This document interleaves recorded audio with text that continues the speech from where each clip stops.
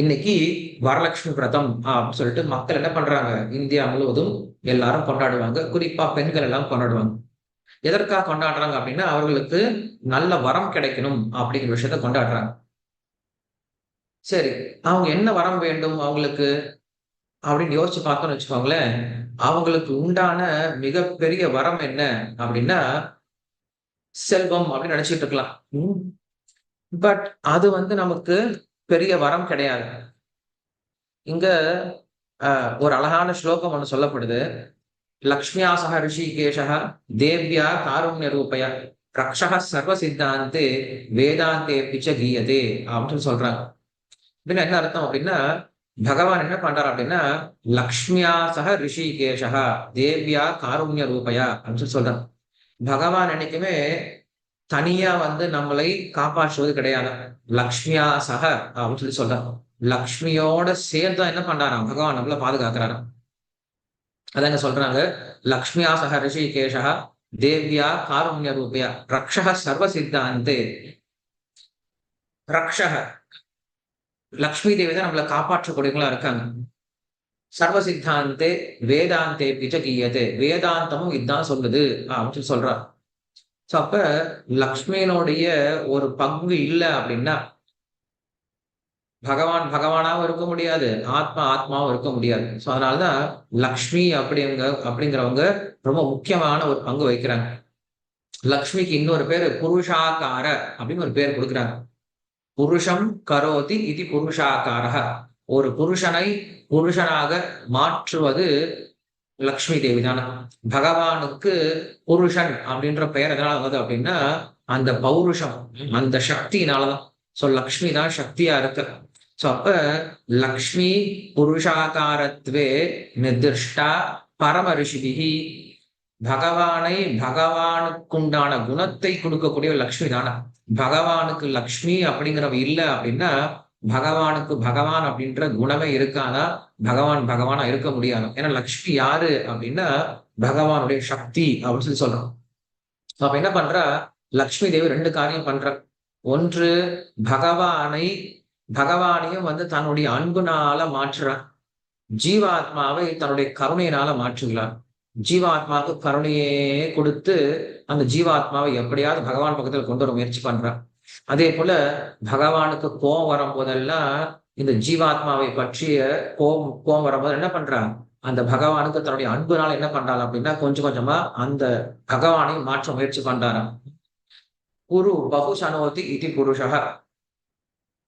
So அப்ப இந்த லக்ஷ்மி தேவி என்ன பண்றா அப்படின்னா, பகவான் கிட்ட நமக்காக பிரார்த்தனை பண்றான். நாம் செய்யக்கூடிய குற்றங்கள், நாம் செய்யக்கூடிய நிறைய பாப்பங்கள் இருக்கு இல்லையா? இதெல்லாம் பார்க்கும்போது பகவானுக்கு பயங்கரமா கோபம் வருதாம். சோ அந்த கோபம் வரும்போது என்ன பண்றா அப்படின்னா, லக்ஷ்மி தேவி அவனுடைய இதயத்துல இருந்து கொஞ்சம் கொஞ்சமா அவளை தூய்மைப்படுத்திட்டே இருக்க. பகவானை சாந்தப்படுத்திட்டே இருக்க. ஏன்னா யார் ஒருவள் அகல இல்லையல் என்று அலர்மேல் மங்கை உரை மாறுபான்னு சொல்ற மாதிரி, பகவானுடைய இதயத்திலேயே தங்கிட்டு இருக்கா இல்லையா? இதயத்துல தங்கிட்டு இருந்துட்டு பகவானை சாந்தப்படுத்தக்கூடியவள் அப்படிங்கிறதா லக்ஷ்மி அப்படின்னு சொல்றோம். லக்ஷ்மி ஸ்ரீ அப்படின்னு சொல்றதும் இல்லையா? ஸ்ரீ அப்படின்ற வார்த்தைக்கு என்ன அர்த்தம் அப்படின்னா, ஸ்ரயதே. ஸ்ரயதே அப்படின்னா பகவான் தங்கக்கூடிய, பகவான் அனுபவிக்கக்கூடிய இடம் அப்படின்னு அர்த்தம். ஸ்ரீயதே அப்படின்னா எல்லாருக்கும் சந்தோஷத்தை கொடுக்கக்கூடியவள் அப்படின்னு அர்த்தம். ஸ்ருணோதி அப்படின்னா நம்முடைய பிரார்த்தனைகளை கேட்கக்கூடியவள் அப்படின்னு அர்த்தம். ஸ்ராவயதி அப்படின்னா பகவானிடம் நம்முடைய பிரார்த்தனையை கொண்டு சேர்ப்பவள் அப்படின்னு அர்த்தம். ஸ்ருணாதி அப்படின்னா நம்முடைய பாபங்களை போக்கக்கூடியவள் அப்படின்னு அர்த்தம். ஸ்ரீநாதி அப்படின்னா நம்மை பகவான் கிட்ட கொண்டு போய் சேர்ப்பவள் அப்படின்னு அர்த்தம். சோ இப்படியாக லக்ஷ்மி தேவிக்கு ஸ்ரீ அப்படின்ற சப்தம், அந்த ஸ்ரீ சப்தத்துக்கு இத்தனை அர்த்தங்களை சொல்றாங்க. கமலா அப்படின்ற ஒரு பேரும் இருக்கு. க மௌ லவ் லாத்தி இது கமலா அப்படின்னு ஒரு அர்த்தம் கொடுக்குறாங்க லக்ஷ்மி தேவிக்கு. அப்படின்னா தொலைந்து போன நம்முடைய அடையாளத்தை, நம்முடைய உண்மையான பதவியை நமக்கு திருப்பி கொடுக்குறா இல்லையா? அவங்களுக்கு பேர் தான் கமலாவும்.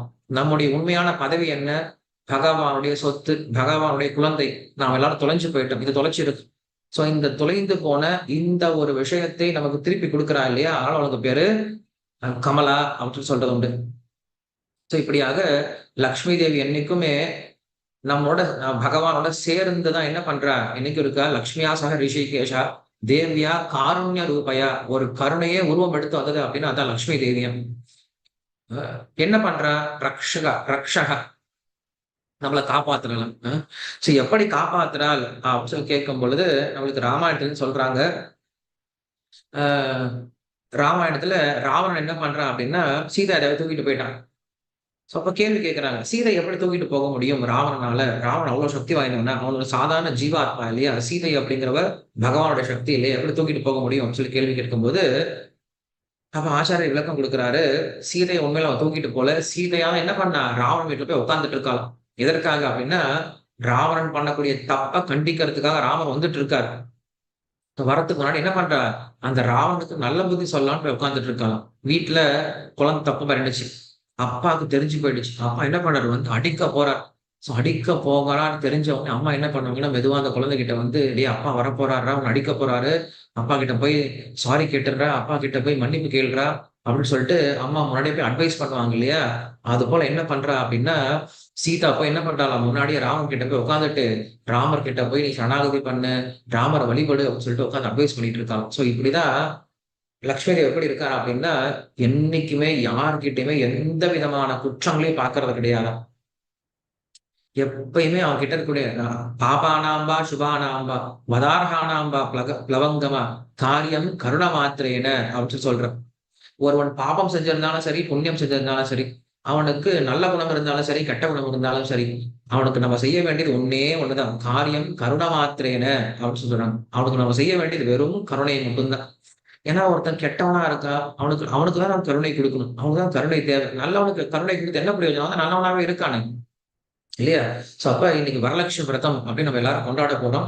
சோ வரலட்சுமி விரதத்துல நம்ம என்ன பண்ணோம் அப்படின்னா அந்த லக்ஷ்மி கிட்ட வேண்டணும். என்ன வேண்டணும் அப்படின்னா இருக்கிறதுலே சிறந்த வரத்தை எனக்கு கொடுங்க சொல்லி வேண்டணும். இருக்கிறதுல சிறந்த வரம் என்ன அப்படின்னா நாராயணன் தான் இல்லையா, பகவான் தான். அதனால லக்ஷ்மி விரதம் அப்படிங்கிறது தனியா செய்யறது அப்படிங்கிறது கிடையாது. லக்ஷ்மி தேவி தனியா யாரும் பூஜை பண்ண மாட்டாங்க, பூஜை பண்ணவும் கூடாது. நாராயணனோட சேர்த்துதான் இன்னைக்கு வழிபடணும். ராவணன் தான் அதை பண்ணான். ராவணன் என்ன பண்ணான் அப்படின்னா லக்ஷ்மியை தனியா கொண்டு போயிட்டு தான் லக்ஷ்மியை மட்டும் அனுபவிக்கணும்னு நினைச்சான். அவன் அழிஞ்சே போயிட்டான். இதே போல சூர்பனக்கு என்ன பண்ண அப்படின்னா எனக்கு ராமர் மட்டும் போதும், சீதை வேணாம்னு நினைச்சா. அவளும் மூக்கும் காது அறுபட்டு ஓடி போயிட்டான். ஆனா ஹனுமான் என்ன பண்ணார் அப்படின்னா இவங்க ரெண்டு பேரையும் சேர்த்து வச்சு வழிபட்டாரு. இன்னைக்கும் உலகம் இருக்க வரைக்கும் புகழப்படுறார். அதனால நாம் இன்னைக்கு என்ன பண்ணோம் அப்படின்னா லக்ஷ்மியை தனியா வழிபடுறது கிடையாது.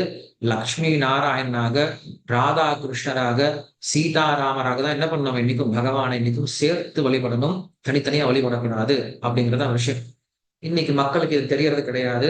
அதனால நம்ம என்ன பண்ணணும், இன்னைக்கு வரலட்சுமி விரதத்தை அப்ப வெறும் லட்சுமி மட்டும் வழிபடாம லக்ஷ்மி நாராயணனாக தம்பதிகளாக திவ்ய தம்பதிகளாக என்ன பண்ணுவாங்க ரெண்டு பேரும் இன்னைக்கும் சேர்த்து வச்சு வழிபடணும். சோ அதனால இன்னைக்கு வரலட்சுமி விரதம் யாரெல்லாம் இருக்கீங்களோ என்ன பண்ணுங்க, நாராயணன் என்ன பண்ணுங்க பகவானையும் சேர்த்து வழிபட முயற்சி பண்ணுங்க. ஏன்னா அந்த காலத்துல வேறு கலாச்சாரத்துல ஒரு மனைவி மட்டும் தனியா ஒரு இடத்துக்கு வரமாட்டான். கணவன் இல்லாம மனைவி எந்த இடத்துக்கு தனியா போக மாட்டான். கணவன் இருந்தா மட்டும்தான் அந்த இடத்துக்கு மனைவி வருவான். அதனால நீங்க லக்ஷ்மியை வரவேற்கணும் அப்படின்னா முதல்ல நாராயண வரவேற்கணும். பகவான் வந்துட்டார் அப்படின்னா லக்ஷ்மி தேவி தானா வர ஆரம்பிச்சிடுவான். அதனால லக்ஷ்மி தேவி என்னைக்கு நம்ம நாராயணோட சேர்த்து வழிபடலாம். ஸோ இன்னைக்கு வரலட்சுமி விரதத்துக்கு எல்லாரையும் வந்து பகவானோட சேர்த்து வழிபடுவதற்காக எல்லாருக்கும் சொல்ல முயற்சி பண்ணுங்க.